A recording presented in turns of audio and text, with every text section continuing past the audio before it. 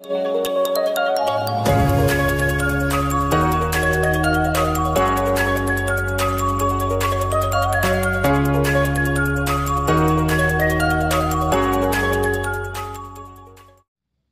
Dear students, welcome to our channel education Bangla. এবং তোমাদের সবাইকে জানাই এডুকেশন বাংলার পক্ষ থেকে হ্যাপি নিউ ইয়ার। এত দেরিতে কারণ এই বছরের এটা প্রথম ভিডিও আর কি। আমার তরফ থেকে প্রীতি দিদি আলাদা করে কনসেপ্ট বক্সের ক্লাস করাচ্ছে বায়োলজির, কিন্তু আমার তরফ থেকে এটা তোমাদের প্রথম ক্লাস, সেই জন্য তোমাদের সবাইকে জানাই এডুকেশন বাংলার পক্ষ থেকে হ্যাপি নিউ ইয়ার। তোমাদের এই বছরটা সবার ভালো কাটুক, পরীক্ষা ভালো হোক সবার, এটাই তো আমাদের আর কি আশা থাকবে, আকাঙ্ক্ষা থাকবে।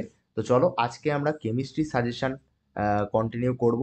আমরা ডিসেম্বরে কিছু বাদ থেকে গিয়েছিল, সেইগুলো জানুয়ারিতে কিন্তু কমপ্লিট করব এবং বাকি সিলেবাসটাও কিন্তু জানুয়ারিতেই কমপ্লিট হবে, তোমরা ভয় পেও না। আমরা সমস্ত আর কি চ্যাপ্টার ওয়াইজ সাজেশন কিন্তু আমাদের চ্যানেলে কভার করে দেবো, সেই জন্য আমাদের চ্যানেলটা সাবস্ক্রাইব করে রাখতে পারো, ঠিক আছে? আর তোমরা যদি কনসেপ্ট বক্সের ভিডিওগুলো এখনো না দেখে থাকো, ডেসক্রিপশনে আমি কনসেপ্ট বক্সের ভিডিওর লিঙ্ক দিয়ে দেবো প্লে লিস্টে, সেখানে কিন্তু তোমরা প্রশ্ন সহ উত্তর পেয়ে যাবে বায়োলজির ইম্পর্টেন্ট কোশ্চেনগুলো। সেটা প্রীতি দিদি তোমাদের করাচ্ছে, তোমরা ওখানে জয়েন করতে পারো।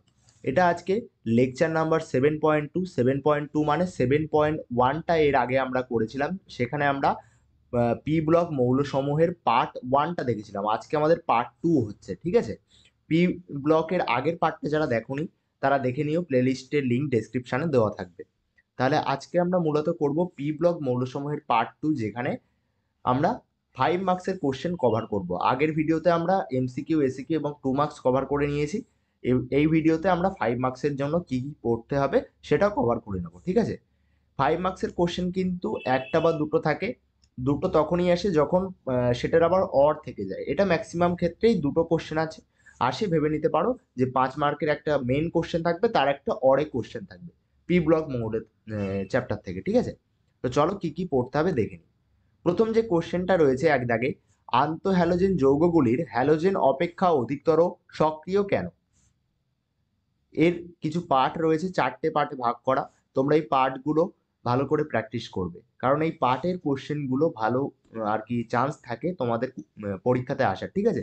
পার্ট করে যেসব কোশ্চেন থাকে, বেসিক্যালি 2+2+1 আসে, বা 3+2 আসে, এইভাবে কিন্তু চলে আসে, বা 2+1+1+1 এইভাবে কিন্তু ডিভাইড করে 5 মার্ক চলে আসে। তো 2 দাগে যে কোশ্চেন রয়েছে, বিআই অর্থাৎ বিসমাথ, যার জারণ সংখ্যা জারণ স্তর 5, এবং এসবি যার জারণ স্তর 5, এর মধ্যে বিআই 5 অপেক্ষাকৃত শক্তিশালী জারক কেন, এটা ব্যাখ্যা করতে হবে। 3 দাগে রয়েছে ক্লোরিন অপেক্ষা শক্তিশালী জারক, ব্যাখ্যা করো। 4 দাগে রয়েছে লঘু ও উষ্ণ নাইট্রিক অ্যাসিডের সঙ্গে কপার চূর্ণের বিক্রিয়াটি সমীকরণ সহ লেখো। এরপরে চলে আসবো 2 দাগের কোশ্চেন। 2 দাগের যে প্রথম কোশ্চেনটা রয়েছে, XeF4 এর গঠনাকৃতি অঙ্কন করো। এটা কিন্তু ভিভিআই কোশ্চেন। গঠনাকৃতি অঙ্কন এই চ্যাপ্টার থেকে একটা ইম্পর্টেন্ট টপিক, এই কোশ্চেনগুলো তোমরা ভালো করে করবে। XeF4 এবং KI এর বিক্রিয়ায় কি কি পদার্থ উৎপন্ন হয়, এটাও একটা ইম্পর্টেন্ট কোশ্চেন, ঠিক আছে? তাহলে বিক্রিয়াটা কি, XeF4 এর সঙ্গে KI এর রিয়াকশন হচ্ছে, এর থেকে কি উৎপন্ন হবে সেটা কিন্তু তোমাদের বলতে হবে। 3 দাগে রয়েছে একটি ছদ্ম হ্যালোজেনের উদাহরণ দাও। উদাহরণগুলো করে রাখবে। ছদ্ম হ্যালোজেন, এর আগের ভিডিওতেও আমি কিছু কিছু জিনিসের উদাহরণ করতে বলেছিলাম, উদাহরণগুলো পড়ে রাখবে। সেগুলো যদি উদাহরণ নাও চায় তোমাকে কিন্তু মেনশন করতে হবে ভালো নাম্বার পাওয়ার জন্য। এরপরে আমরা চলে যাব 3 দাগে। 3 দাগের প্রথম কোশ্চেন রয়েছে যে HCl গ্যাস শুষ্ককরণে P2O5 ব্যবহার করা যায় না কেন? দ্বিতীয় কোশ্চেন, Cl2 ও SO2 এর বিরঞ্জন ধর্মের মধ্যে দুটি পার্থক্য উল্লেখ করো। এবং 3 দাগে রয়েছে অক্সিজেন ও সালফারের বহুরূপগুলির মধ্যে সুস্থিত পরাচুম্বকীয় বহুরূপটির নাম ও সংকেত লেখো। নাম লিখতে হবে এবং তার সঙ্গে সংকেত। 4 দাগে চলে আসি। 4 দাগের প্রথম কোশ্চেন রয়েছে, সাধারণভাবে শ্রেণী 15 এর মৌলগুলির প্রথম আয়নায়ন এনথালপির মান, অর্থাৎ ফার্স্ট আয়নাইজেশন যে এনথালপি সেটার মান শ্রেণী 16 এর মৌলগুলোর এই মান অপেক্ষা বেশি, ব্যাখ্যা করো। দ্বিতীয় কোশ্চেন, যদি ক্লোরিনকে উষ্ণ ও গাঢ় NaOH এর সঙ্গে উত্তপ্ত করা হয় তাহলে কি ঘটবে? 3 দাগ, H2SO3 এর গঠনাকৃতি অঙ্কন করো। আমি আগেই বললাম গঠনাকৃতি কিন্তু এই চ্যাপ্টার থেকে একটা ইম্পর্টেন্ট টপিক। গঠনাকৃতি যে কটা আমি দিয়েছি সেই কটার ভালো করে প্র্যাকটিস করে যাও, তুমি কমন কিন্তু পেয়ে যাবে। আগে আমি দিয়েছিলাম HCF4 এবং এইবার দিচ্ছি H2SO3। এরপরে চলে যাব 5 দাগের কোশ্চেনে। 5 দাগের কোশ্চেন রয়েছে প্রথম, ঘন H2SO4 এর সঙ্গে KI মিশিয়ে উত্তপ্ত করলে HI উৎপন্ন হয় না, কেন? ব্যাখ্যা করো। ঠিক আছে, বিক্রিয়া দিয়ে কোশ্চেন কিন্তু আসবে। অর্থাৎ বলা হয়েছে H2SO4 রয়েছে, তার সঙ্গে রয়েছে KI, এইটার রিয়াকশন হলে HI এটা উৎপন্ন হয় না, কেন উৎপন্ন হয় না সেটা ব্যাখ্যা করতে হবে। দ্বিতীয় কোশ্চেন, নাইট্রোজেন কেন NCl5 গঠন করে না? এটা একটা ভিভিআই কোশ্চেন। 3 দাগে 5-3, সোডিয়াম ক্লোরাইডকে ম্যাঙ্গানিজ ডাইঅক্সাইডের উপস্থিতিতে গাঢ় সালফিউরিক অ্যাসিড সহযোগে উত্তপ্ত করা হয়, কি ঘটবে লেখো। অবশ্যই পি ব্লক একটা তোমাদের আর কি এমন একটা চ্যাপ্টার যেখানে বিক্রিয়া না করলেই নয়, অবশ্যই বিক্রিয়া তো পড়ে যেতেই হবে, পরীক্ষার জন্য ইম্পর্টেন্ট আছে এটা।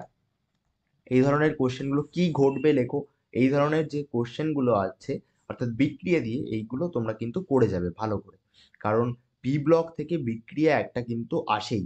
এবার কোন বিক্রিয়াটা আসবে আমি যেগুলো দিলাম সেইগুলো ভালো করে প্র্যাকটিস করো, তারপরে টেস্ট পেপার করার সময় তুমি কিন্তু বুঝে যাবে যে কোন বিক্রিয়াটা ইম্পর্টেন্ট রয়েছে। ঠিক আছে, যখন তুমি টেস্ট পেপার করা শুরু করবে তখন যেগুলো রিপিটেড কোশ্চেন থাকবে সেইগুলো কিন্তু ভালো করে করবে।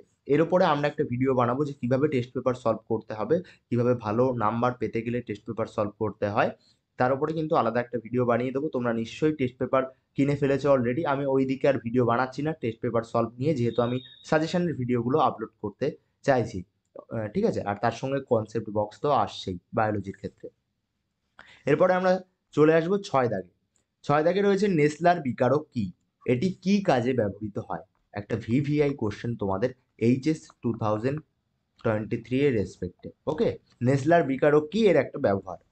3 দাগে রয়েছে 2 দাগে রয়েছে 6-2তে অ্যামোনিয়ার অনুঘটক জনিত জারণ দ্বারা HNO3 উৎপাদনের শর্ত সহ রাসায়নিক সমীকরণ লেখো। 3 দাগে রয়েছে IF7 প্রস্তুত করা যায় কিন্তু BRF7 প্রস্তুত করা যায় না, কেন? এরপরে চলে যাব পরের স্লাইডে। 7 দাগ। 7 দাগের কোশ্চেন রয়েছে এক্সি অর্থাৎ জেনন শুধুমাত্র ফ্লুরিন ও অক্সিজেনের সঙ্গে যৌগ গঠন করে কেন? এটা অবশ্যই একটা ভিভিআই কোশ্চেন তোমাদের জন্য। আবার একটা 2 দাগে দেখো সমীকরণ অর্থাৎ বিক্রিয়ার কোশ্চেন, NaNO3 জেডেন চূর্ণ ও NaOH দ্রবণের মিশ্রণকে উত্তপ্ত করা হলো, কি ঘটবে রাসায়নিক সমীকরণ সহ লেখো। আর 3 নম্বরে একটা কোশ্চেন রয়েছে স্মেলিং সল্ট কি, এটাকে আমি ইম্পর্টেন্ট বলে মার্ক করবো, আর এই যে বিক্রিয়া এটাকে ভিভিআই বলে মার্ক করবো। যেগুলো ভিভিআই এবং ইম্পর্টেন্ট মার্ক করলাম সেগুলোর অবশ্যই নোট তোমরা তৈরি করে রাখবে, এক্সামের সময় তোমরা হেল্প পাবে। আমি প্রতিটা ভিডিওতে এই কথাটা কিন্তু মেনশন করে দিই তোমাদেরকে, তাই এই কথাটা তোমরা একটু শুনে চললে তোমাদেরই ভালো হবে। তাহলে আজকে আমরা পার্ট 2 কমপ্লিট করলাম, কিসের? পি ব্লকের পার্ট 2 কমপ্লিট করে দিলাম, অর্থাৎ পি ব্লক যে চ্যাপ্টার ছিল সেটা কিন্তু তোমাদের কমপ্লিট হয়ে গেল, চ্যাপ্টার ওয়াইজ সাজেশন। এরপরে আমরা ডিএফ ব্লক করব। ঠিক আছে, পি ব্লকের পার্ট 1 যারা দেখোনি তার লিঙ্ক ডেসক্রিপশনে দেওয়া থাকবে, প্লে লিস্টের লিঙ্ক, তোমরা সেখান থেকে গিয়ে দেখে নিতে পারো। আজকের পার্ট 2 কমপ্লিট করলাম। আজকের ভিডিওটা যদি ভালো লাগে অবশ্যই লাইক করতে পারো, বন্ধুদের কাছে আজকের ভিডিওটা শেয়ার করতে পারো, এবং তুমি যদি আমাদের চ্যানেলে এখনো সাবস্ক্রাইব না করে থাকো অবশ্যই সাবস্ক্রাইব করে দিও, কারণ ইম্পর্টেন্ট টপিকের ওপর ভিডিও তোমাদের জন্য আমরা আনতেই থাকি, যেগুলো দেখলে তোমরা পরীক্ষায় ভালো নাম্বার আনতে পারবে। সেই জন্য আজকের ভিডিওটা লাইক করো, বন্ধুদের কাছে শেয়ার করো, কেমন লাগলো ভিডিওটা সেটা কমেন্ট করে জানাও, কি বিষয়ের ভিডিও তোমরা চাও সেটাও জানাতে পারো। থ্যাংক ইউ আজকের ভিডিওটা দেখার জন্য। Education Bangla is always with you and always for you. Thank you.